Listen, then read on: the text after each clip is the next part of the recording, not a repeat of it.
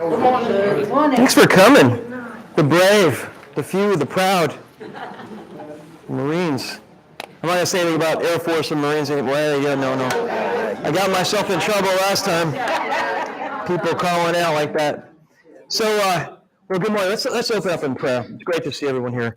Father, thank you so much for just how amazing you are, Father. You're here with us.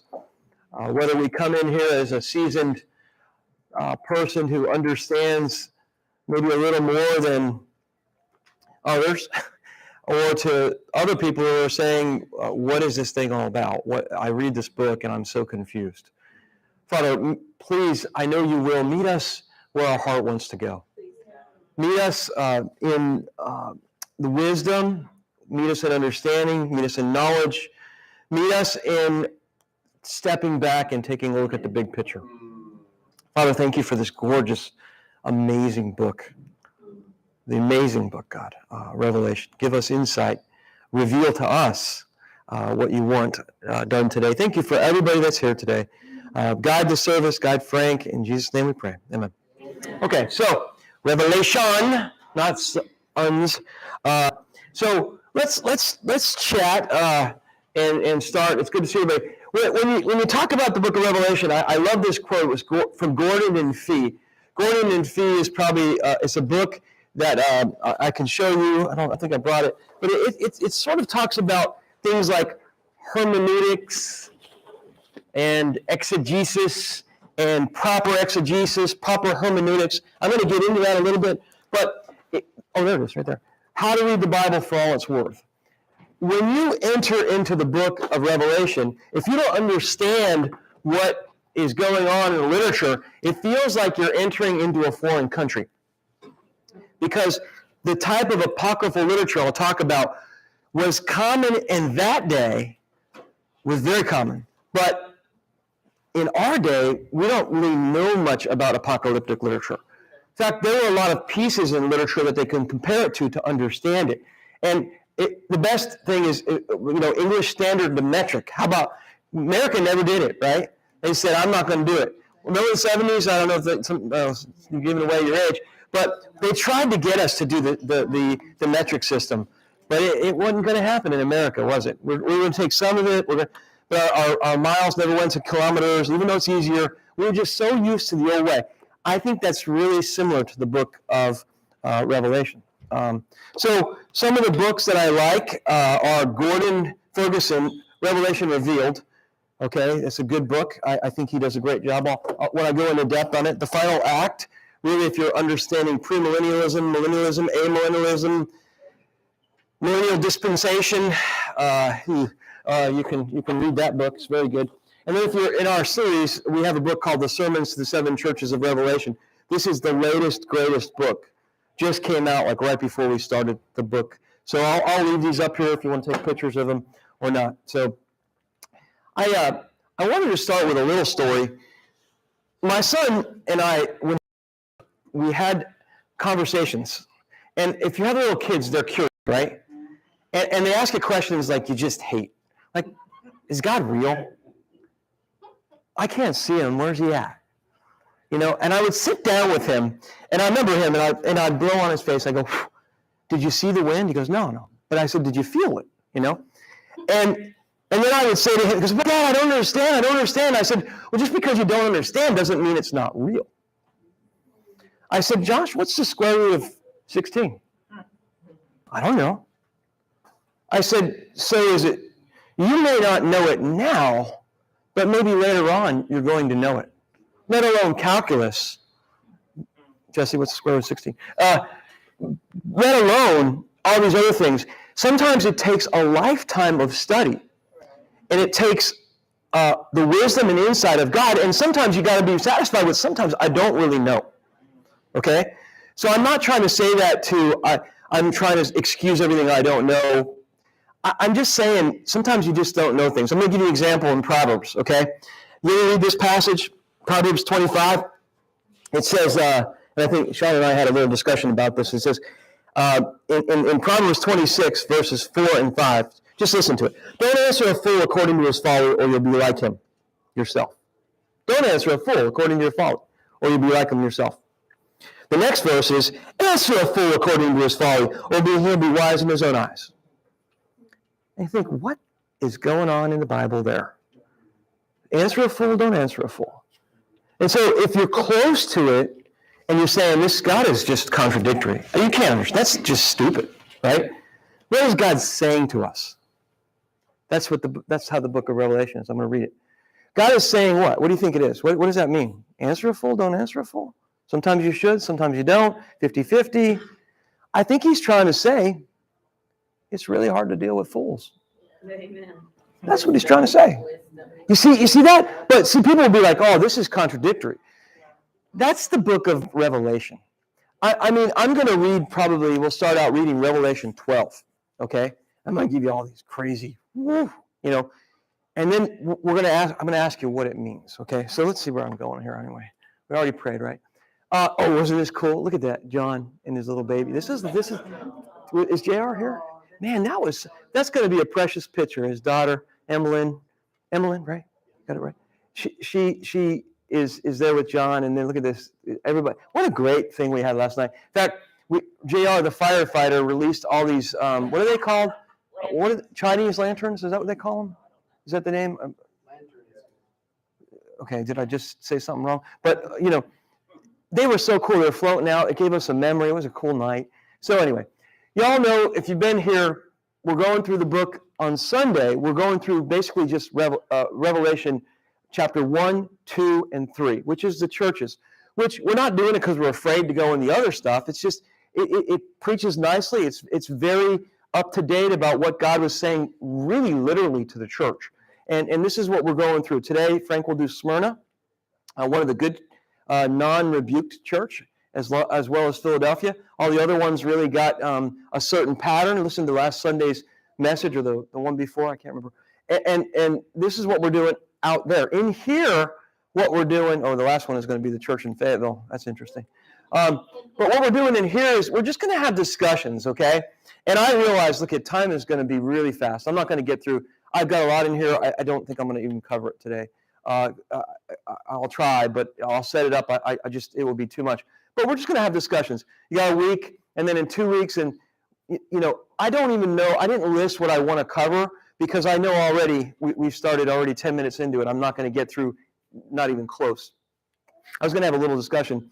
What's your favorite movie? What's your least favorite movie? Favorite movie of all time? What's that? 10 Commandments. The 10 Commandments. Oh, the 10 Commandments. Okay, that's like perfect. 10, completeness, perfection. That 10 Commandments is actually in the book of Revelation. Anybody else? 10 Commandments on last night. Jaws. You're gonna love the book of Revelation, bro. See, my favorite movies usually have the all-time grossing movie. I don't talk about Bruno's actually becoming. What is the name of that? What's the name of that thing? You should have saw that last night. The kids were dancing to that. That song is becoming the number one song. But I don't know I think the Godfather series is number one. It was real. But my least favorite movie is the Titanic. I can't stand that movie. You know why? Because in the end, it's like, they're going to die. I just hate that. So, like, you have favorite books in the Bible, like Esther, there's victory, Haman gets it, and then you have these Revelation, like, what really happens? Well, Revelation is not the Titanic. Revelation is victory. Revelation is a great end. It's how we look at it, how we frame it, okay? Revelation is very, very, very inspiring. This is the key verse in Revelation. And the whole book actually can pivot out of Revelation 12. It's a small summary. We're going to read it in a moment. They overcame by the blood of the Lamb and by the word of their testimony. They did not love their lives so much as to shrink from death. That is the center theme, I believe, along with a couple other themes. Hope, victory, Nikeo, as we talked about Sunday. Victory, overcoming. You will overcome. Hope, faith will get us through things. You'll see these themes in here. Let's read Revelation 12. Let me do a quick, I'm going to tell you what I think I know about it, but then I want to ask you, what do you get out of this today? Don't get overwhelmed, okay? Are you ready? Someone want to read it? Who's got an NIV 84? Randy, go ahead. Can you stand up and read it real loud for the... I'm going to stand next to you. Yeah. Let's just, y'all there, Revelation 12, the woman and the dragon. Whoa. Pop, it's not puff. Ready to rock and roll? Yeah, rock and roll. Okay. A great and wondrous sign appeared in heaven. A woman clothed with the sun, with the moon under her feet, and a crown of 12 stars on her head. She was pregnant and cried out in pain as she was about to give birth. Then another sign appeared in heaven, an enormous red dragon with 7 heads and 10 horns and 7 crowns on his head. His tail swept a third of the stars out of the sky and flung them to the earth. The dragon stood in front of the woman who was about to give birth so that he might devour her child the moment it was born. She gave birth to a son, a male child, who will rule all the nations with an iron scepter. And her child was snatched up to God and to his throne. The woman fled into the desert to a place prepared for her by God, where she might be taken care of for 1,260 days. There was war in heaven. Michael and his angels fought against the dragon, and the dragon and his angels fought back. But he was not strong enough, and they lost their place in heaven. The great dragon was hurled down, that ancient serpent called the devil or Satan, who leads the whole world astray. He was hurled to the earth, and his angels with him. Then I heard a loud voice in heaven say, "Now have come the salvation and the power and the kingdom of our God and the authority of his Christ. For the accusers of our brothers who accuses them before our God day and night has been hurled down. They have overcome him by the blood of the Lamb and by the sword of their testimony. They did not love their lives so much as to shrink from death. Therefore rejoice, you heavens, and you who dwell in them. But woe to the earth and the sea, because the devil has gone down to you. He was filled with fury because he knows that his time is short. When the dragon saw that he had been hurled to the earth, he pursued the woman who had given birth to the male child. The woman was given the 2 wings of a great eagle so that she might fly to the place prepared for her in the desert, where she would be taken care of for a time, times and a half times, out of the serpent's reach. Then from his mouth, the serpent spewed water like a river to overtake the woman and sweep her away with the torrent. But the earth helped the woman by opening its mouth and swallowing the river that the dragon had spewed out of his mouth. Then the dragon was enraged at the woman and went off to make war against the rest of her offspring, those who obey God's commands and hold to the testimony of Jesus. And the dragon stood on the shore of the sea. All right, so that's easy, right? Okay, who wants to explain that? Who wants to explain that? Okay, that is a summary of what's going on. This actually, right now to us today, it would be like, what are they talking about? Okay, but if you read some of the things in here, what is it saying to you today? I'm just curious. Anybody have any thoughts? I'm going to do a quick interpretation of it, just quickly. But I want you to, what does it say to you today? What's going on here? There's going to be a struggle. There's going to be a struggle. And what's going to, Feels like Satan has already won over God's people. Okay, seems like that, but not really in this one, right? Right, because they overcame by the blood of the Lamb and the word of their testimony. They did not love their lives so much as to shrink from death. Good, what else? Satan's out to get us if we're for God.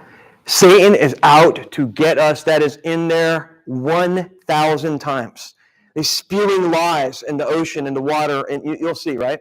Anybody else? The reference to the angels, that Michael and his angels are fighting, that there is a divine thing that we can't see. Daniel 10, Daniel 9, very much illusions brought forward. Even the 1260, time and a half, which we'll get to in Numbers one time. Okay, anybody else? And you just know a little bit about this. What else? I think that kind of not only that Satan out to get you, but multiple times he attempted to attack you. Oh, that's right. In fact, it doesn't even follow a linear pattern. It says the victory's done, but then he comes back. Okay, so that victory probably is Jesus' either death on the cross and he comes back up, or he's born into heaven, or he comes out of heaven, comes down, comes later. You'll see that this really makes sense. Like, if I were to talk to people about anybody else, there's a lot in here. I mean, there's a lot. Yes. It seems that it gives some kind of these clues too that tantalizes you about the time and this dragon, and it's specifically this, it's got this, and so it just appears that this is somewhat trackable or somewhat to figure out, and it also seems not just completely spiritual, but kind of a physical a bunch of stuff was going on here. That's apocryphal literature. He just got it. It's so imaginary. It makes sense, but it pulls you in. And honestly, like if I said something like, Michael Jordan beat Duke, or if I said number 23, the GOAT, took on the devil and he crushed him. Michael Jordan just beat Duke. Now, if I say number 23 he was the GOAT and he crushed the devils, 300 years from now, would people make sense of that? No. They wouldn't understand that. Because, see, at that time, it was different. I made that up. I think it's pretty cool. Wolfpack's not even here, okay? But they'd be thinking, goat? A goat? What is that? The ram of, and some people say, maybe it was the ram in North Carolina. No, it's an abbreviation. It's an acronym, right? You see how you can figure that out? If you look back, there's things in here that they absolutely understand, like who Nero was, the eighth one, the 666, the beast, who was reincarnated in Domitian, probably pretty clear to them. Now, they couldn't say that, because if they said that and somebody caught the letters, what would happen to them? They would die. So they had to write it in code. But it inspired them. See, I want you to see. Now, the cool thing here is this key verse. How do we overcome? Only by Jesus, right? And, by the word. Oh, you mean we have to follow the word of God? Oh, interesting. Okay, that's good.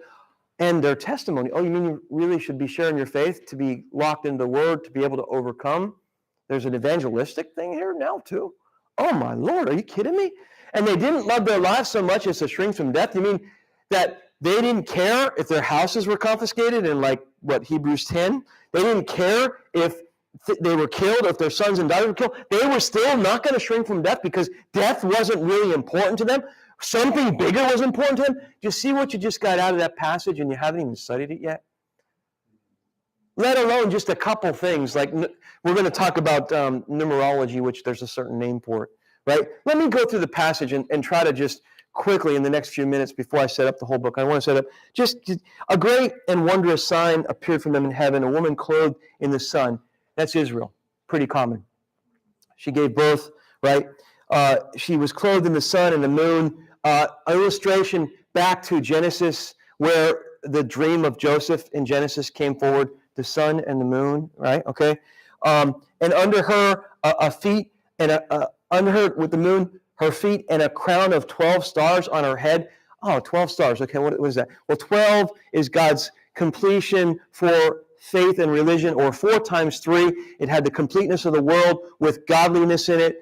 And the 12 stars on his head, on her head, the 12 stars on her head as a crown were the 12 tribes of Israel. They would know that this was a woman giving birth, Israel itself, and the 12 tribes were on her crown. Okay, she was pregnant and cried out in pain, and she was about to give birth. She's going to birth who? Who comes out of the 12 tribes of Israel? Who? Jesus Christ, okay, right? Comes out of the 12 tribes of Israel. Then another side appeared in heaven, an enormous red dragon, 7 heads. He's really smart. That's 7 is the perfect number. He's got perfect knowledge in his head. He's a red dragon. He's not Puff, okay? All right? It's the devil they're talking about, okay? I'm going to stop here in a moment. But then another sign in heaven was given, an enormous red dragon, 7 horns, 10 horns, 10 completeness and strength horns. He had complete strength. He had complete wisdom. And 7 crowns on his head. He had something to do with influence and royalty. Politically, he had something going on. He was a crowned king. See this? His tail swept a third of the stars out of the sky and flung them to earth. Who are the stars? The angels of the church. There was a battle in heaven, but the churches are getting attacked. Satan swept the stars away, right? His tail swept the stars. Finally, the dragon stood, and the woman was about to give birth, that he might devour her child at the moment it was born. Oh, what happened to Jesus in the time of Herod? There was weeping, suffering. The child at that moment, she gave birth to a male child who will rule with an iron scepter. You see, I'm not going to go. I can take this thing just from having just simple numerology, simple numbers, and you can keep on going. The war of Michael was, the 1260 days is 1260. Anybody know the significance of that number? It's an incomplete time. It's 3.5 years as opposed to 7 perfect years. 1,260 days, 360 Jewish calendar. See, I'm going to help you see that this is not really complex. There's some things like I go, okay, he leads the whole world astray. Got that. That's pretty easy. He fled to the desert. Okay, where did Jesus go? To Egypt. Where did the Israelites go? Escape corruption from them. I mean, it's just rich. And if you, I wish I could, we'll go through this. We're going to go through this in a couple of weeks. I'll just say, here's 12. I'm going to just go through it. Think about all the things we taught you. Got it? You see what we're doing? Is that confusing you? Are you okay? Good. Any comments? Thoughts? Okay. Let's move on. Other cool verses. I have to include this in here. He answered, sir, he said, these are they who have come out of the great tribulation. We'll talk about what's that mean. They have washed their robes and made them white in the blood of the Lamb. Okay. What's that an illustration? What's that allusion to? Again, Jesus. This is Revelation 7. Sir, they are those who've come out of the great tribulation. They have washed their robes and made them white in the blood of the Lamb. I believe this is a reference to baptism, washing in the blood, all this stuff. For the Lamb is at the center of the throne, will be their shepherd. He will lead them to springs of living water, and God will wipe every tear from their eyes. Not only in Revelation 7, but also in not only Revelation 7, but that's Revelation 21, 22. Very encouraging book. You can pull so many cool things out of it. Stephen? What does the Great Tribulation mean to you? You're going to find out in a little bit, okay? Was there a tribulation? Yes.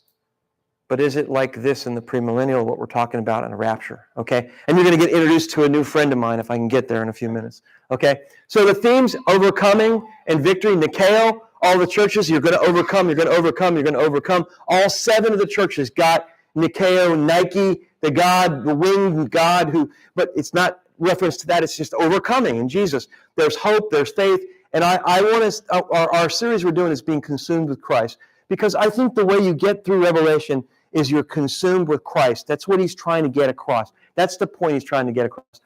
Again, Genesis to Revelation, I did this in midweek. Genesis says, where did I come from?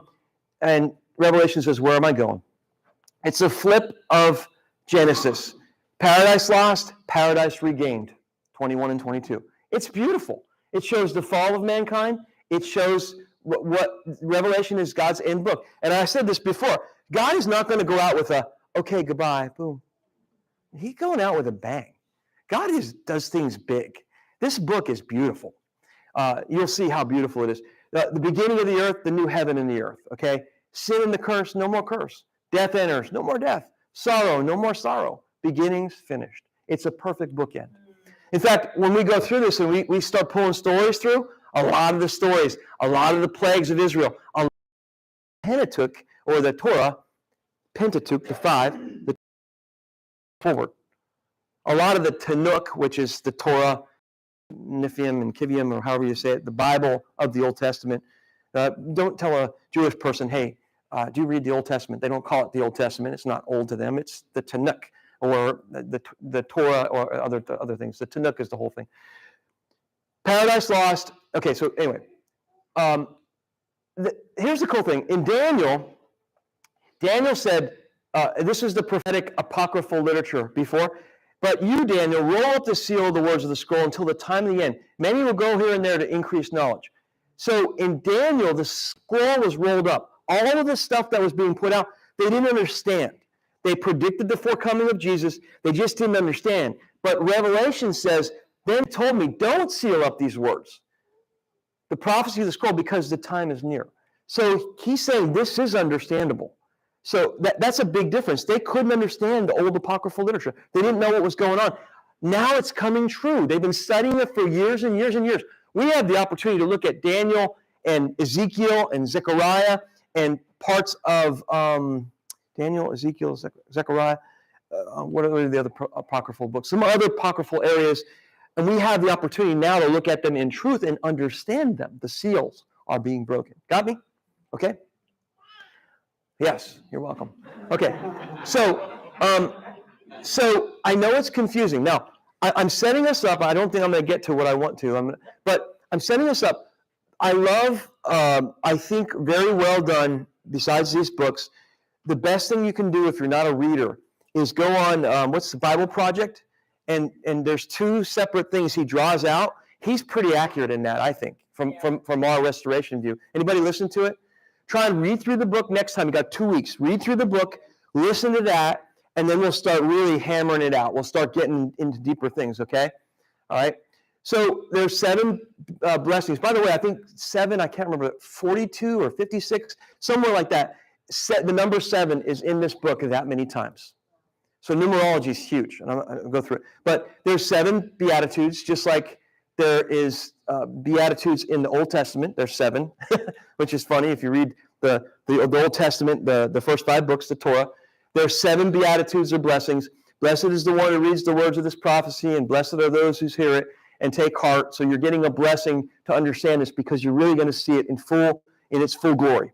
And no man could really have written this. I mean, this book is so incredibly dense and deep. No man could have written it, I believe.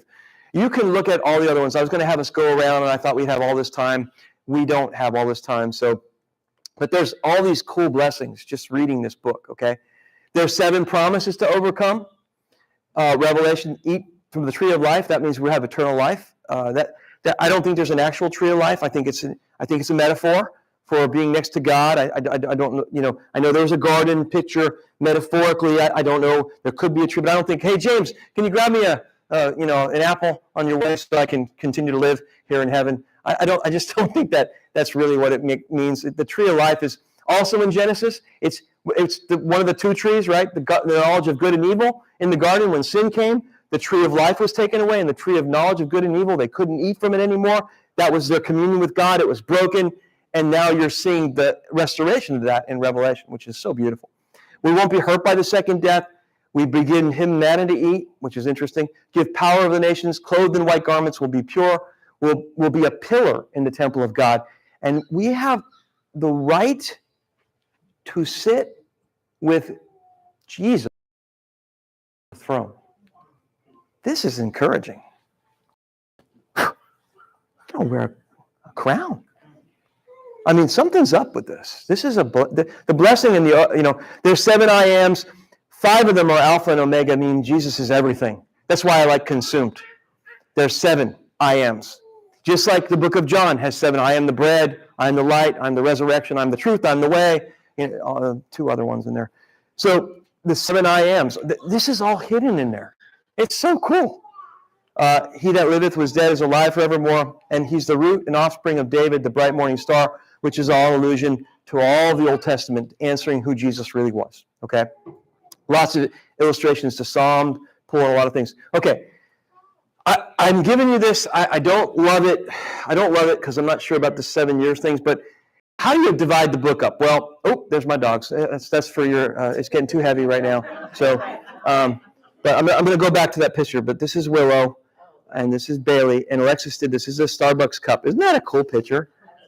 They're not as cute now. I'll show you next time we meet. I'll show you how they grew. But they're fun. Alexis did this. So the book of Revelation, if you look at it, some people, hold on, don't take a picture yet. Some people look at it in a very thin way of saying things John saw in chapter 1, things which are, things with R, so things that John saw in chapter 1, things that are in the present, chapter 2 and 3, the churches at the time, okay? And then things that are to come, which is probably true at that time. Not now, because if that depends on whether we're premillennialist or postmillennialist or amillennialist or preterist or historical critical and all these other things. Okay, so and I'm going to get into that, not today, but I got in here. And then lastly, the vision of glory. That's a simple outline, okay? That's a simple outline, okay? Chapter 4 to the end, and then Revelation 22 sits by itself, a vision of glory. Got it? Okay? I know. Just I can get you this. You want to go? You want me to hold there? Tell me. Oh, don't go that one. Oh my gosh, that one. Do you want me to hold this one right here? Sorry, this thing's weird. Okay, so this is what we'll be covering. So there's topics that go on. The place is all on the island of Patmos. I'll show you a picture of it in a moment. The time is probably 93, 96. I actually think it's a little bit earlier than that. Okay, I'm not sure. I think 89, 80s. I don't know the exact date. Okay, the book is written approximately Jesus 35, so 60 plus years after Jesus, about 40 years after the church of Ephesus was planted. Ephesus is really important because it was the pillar church and the circular letter that went around. Ephesus, why we studied Ephesus so much last fall and now is a lot of that stuff's pulled forward and it can be extrapolated throughout all the churches, okay? So Ephesus is really important. But there's letters of the assembly, 1 to 3, then God on his throne in heaven, opening of the 7 seals, we'll go through all these, the 7 trumpets and the 7 judgments, and all these are together. They're almost like these little, well, I don't know what they're called. They open these things, and there's another one inside, another one inside, another one inside. They're not separate in themselves. What's it called? Nesting things. Nesting, yeah. They're not like separate entities, okay? Some people do, and the 7 bowls, okay? See 7? And you'll understand it. And then sort of Eden restored in the millennial kingdom, and that is unbelievably debated. It's only there in all of the Bible. And the problem with the millennial kingdom is everybody wants to take the 1,000 years, literally, but not the 144,000 and not the 7 and not, they don't, you got to interpret it one way or another way. You got to make your decision. And this has been the cause of a lot of things and a lot of fights, okay? And then the new heaven and earth, nobody's debating this one, I don't think, except when it comes, how it comes, that's it. Okay, does that make sense? So that's kind of like what we'll go through. We'll talk about these things and we'll get confused and we'll have fun and we'll figure it out. Okay. So again, another picture. I don't really like this because this is good as the things which are, the things which are, and the things which are hereafter in the future. Be careful on this one because this is what I think premillennialist rapture people use as these are things to come, and they scare everybody. Like the helicopters are the dragons with the tails, and they fly around like grasshoppers, and that's not true. I mean, and you'll see why I'm so we'll go through this in a moment, but I'm not going to, this is a bigger breakdown. You can Google this stuff and find it very easily, okay? Who is the author? John. John was the closest man probably and beloved by Jesus. I really believe he walked with Jesus. I think James, the brother of Jesus, might be that second one. Peter and James, not James, his brother, the son of thunder, but this is John the apostle, probably 19 when he walked with Jesus and lived into his 90s, okay? He was the man in the church. He was, I don't know, who's the man? Michael Jordan in basketball. I mean, hey, he's here, John was the man, and he was very, very influential. And people didn't think he was going to die because of the reference in John 21 when Peter says, "What about him? I got to hang upside down on a cross." And he goes, "Don't worry about him." He ended up dying, but he's the only apostle who didn't die by a death, being a martyr. He died. We think I don't know that he died on the Isle of Patmos. He was taken there, but he actually was given Jesus' mother, Mary, and Mary and him, they lived in Ephesus. That's what the historical critical says. And then he was banished, probably by Domitian, to the island of Patmos. Now, Patmos was not this, I've been working on the railroad place. This is Patmos. Patmos is beautiful. And people that were on Patmos might have been in exclusion and taken away so they couldn't influence people. But I don't know that they did suffer, and he was suffering because he couldn't meet with people. But I don't know that he was under a chain gang and things. I don't think that's what it was. I think there's a poor allusion to that. He was suffering, as it says in here. I'm a suffering person. But he couldn't get out to the churches and really encourage them, okay? That's Patmos. It's an island right here, right in this area here. I'll show you right by Ephesus. I'll focus in on it. When you're looking at it, Rome is over here. Rome's ruling. This is the known Christian world. So when they spread the gospel across the world, doesn't mean it went to Aborigines. It went across the world. Are you with me? Okay. And then this is the Patmos where he wrote the letters. And then as I had a mailbox up there, they delivered it to Ephesus.